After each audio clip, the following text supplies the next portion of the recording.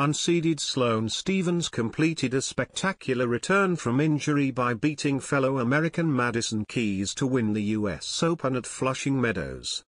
The 24-year-old was ranked as low as 957th 6 weeks ago, having only returned from 11 months out with a foot injury at Wimbledon. She becomes only the fifth unseeded woman to win a major title in the Open era.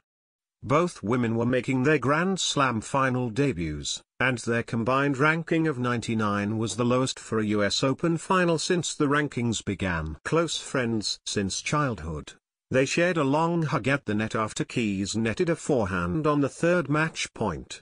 "I had surgery in January, and if someone had told me then that I would win the US Open, I would have said it was impossible," said Stephens.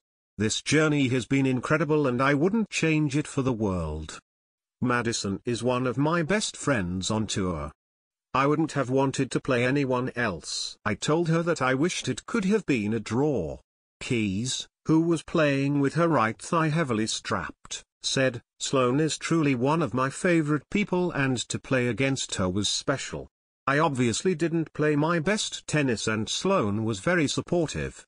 If I'm going to lose to anyone today, I'm glad it's to her."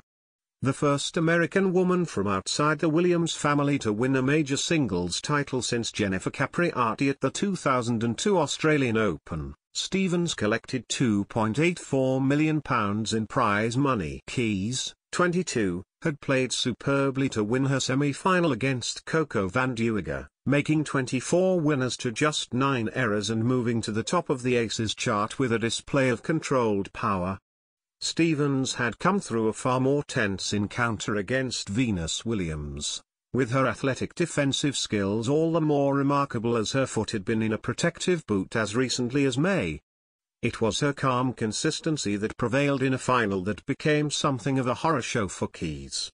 Over the course of 61 minutes, she made 30 unforced errors to just 6 from the rock-solid Stephens.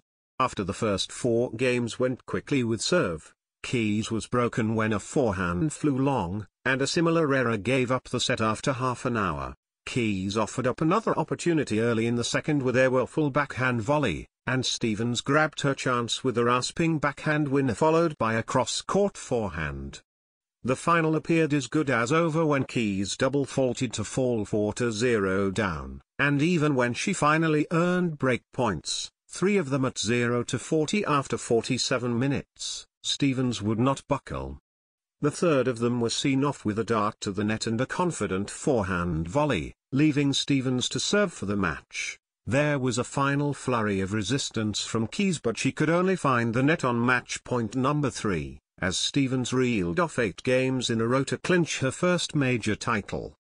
Two close friends, both in tears, ended up sitting side by side on the same side of the net as they awaited the presentation ceremony. The match itself had been an anticlimax. Stephens simply played with too much skill, accuracy and composure for Keys, who did not take nearly as well to her maiden Grand Slam final and seemed hindered by a leg injury. For 3 consecutive years, Stephens was the youngest player in first the top 100, then the top 50 and ultimately the top 20. There then came a period of struggle followed by foot surgery and now a US Open title.